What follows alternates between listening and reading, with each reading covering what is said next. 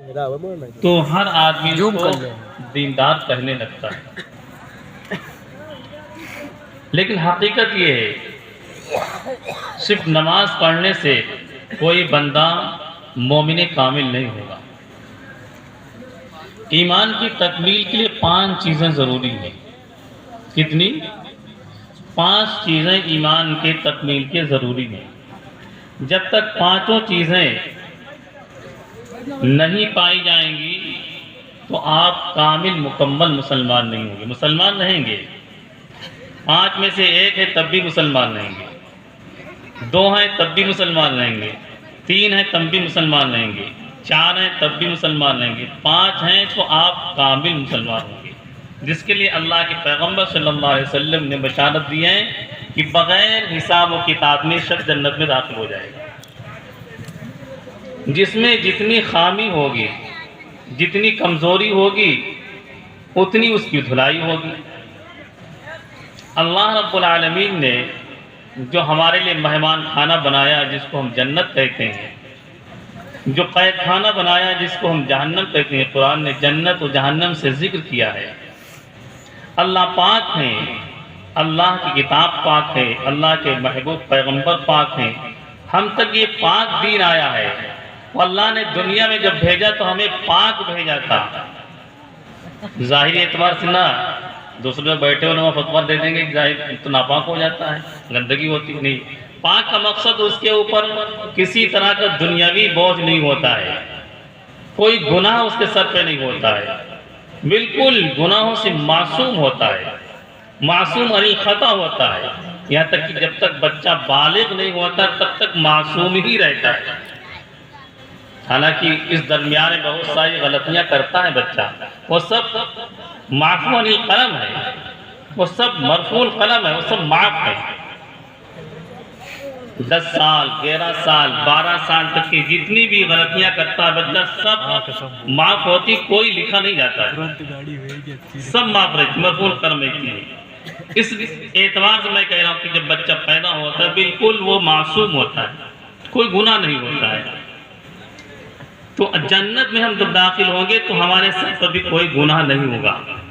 اللہ دھلائی کے لیے ہم کو کہاں ڈالیں گے؟ جہنم میں۔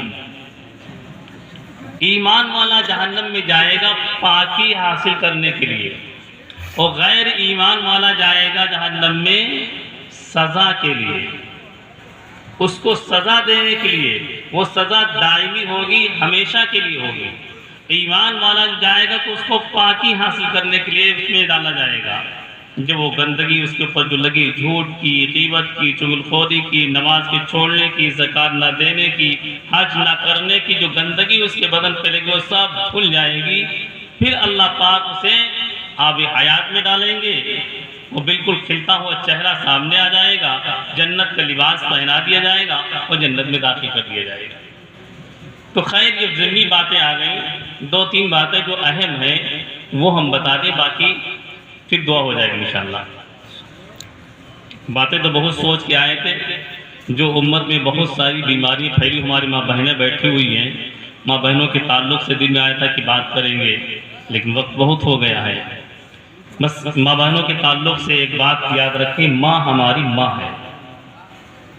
قرآن میں وہ حدیث پاک میں اللہ کے پیغمبر صلی اللہ علیہ وسلم نے اگر اپنے بعد اللہ کی ذات کے بعد، اللہ کی ذات کے بعد اس روئے زمین پر کسی کا مقام رکھا ہے تو ماں اور باپ کا رکھا ہے۔ اتنا ہے، آپ سمجھ لیجیے کتنا بڑا عہدہ ماں باپ کا ہوتا ہے۔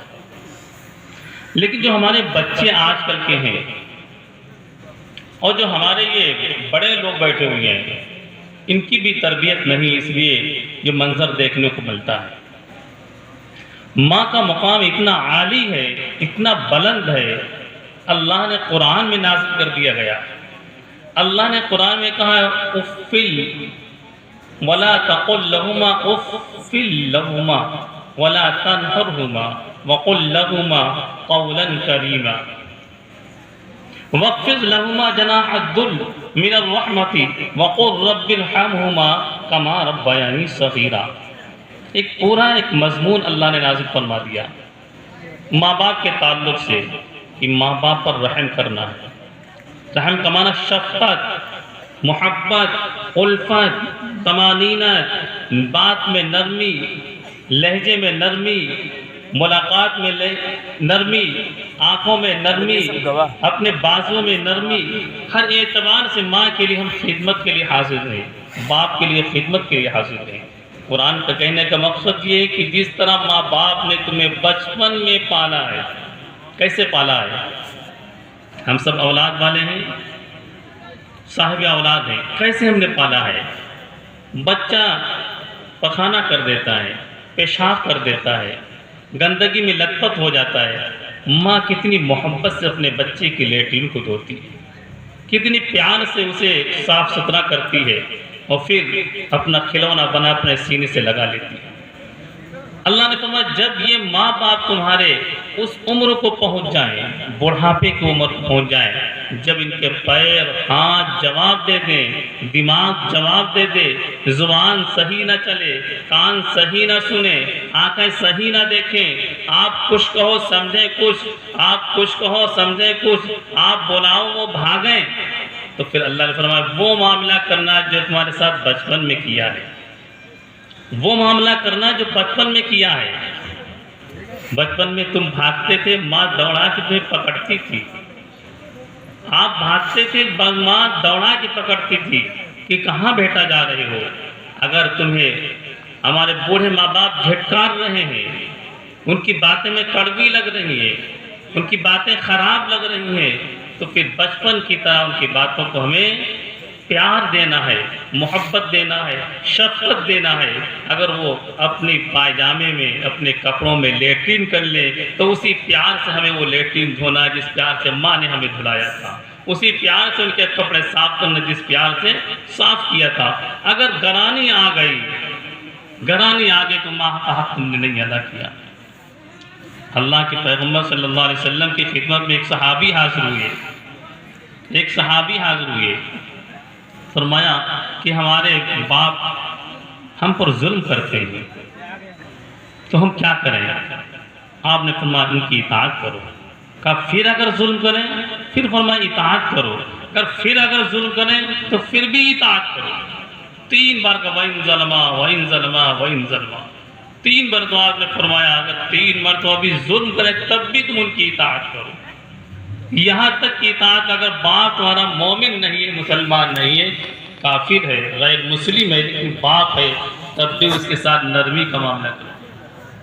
تو خیر یہ باپ اور ماں کے تعلق سے بات ہو گئی۔ مجھے کہنا کچھ اور ہے جو آج بالکل معاشرے میں ہمارے بات کو بالکل مفقود چل رہی ہے۔ لوگ اس کو دین کا حصہ نہیں سمجھتے ہیں بلکہ بددینی میں مبتلا ہو جاتے ہیں۔ وہ ایک آخری شعبہ دین کا جو ہے وہ اخلاق کا شعبہ ہے، جو دین کا 5واں حصہ ہے وہ اخلاق ہے۔ اخلاق کا جو ادنا درجہ ہے وہ ادنا درجہ اپنے بھائی سے مسکرا کے السلام علیکم کہنا، تعریف اولم تعریف، آپ پہچانتے ہو یا نہ پہچانتے ہو، لیکن ہم سب اس میں گڑبڑی کرتے ہیں۔ اپنے رشتہ دار کو سلام کرتے ہیں، اپنے دوست کو سلام کرتے ہیں، اپنے پہچاننے والے کو سلام کرتے ہیں، اور جس کو ہم پہچانتے نہیں ہیں اس کو سلام نہیں کرتے ہیں۔ یہ سنت چھوٹ رہی ہے۔ سنت یہ کہ آپ پہچانو یا نہ پہچانو، بشرطے کہ آپ جانتے ہوئے کہ یہ شخص مسلمان ہے تو آپ اسے سلام کریے۔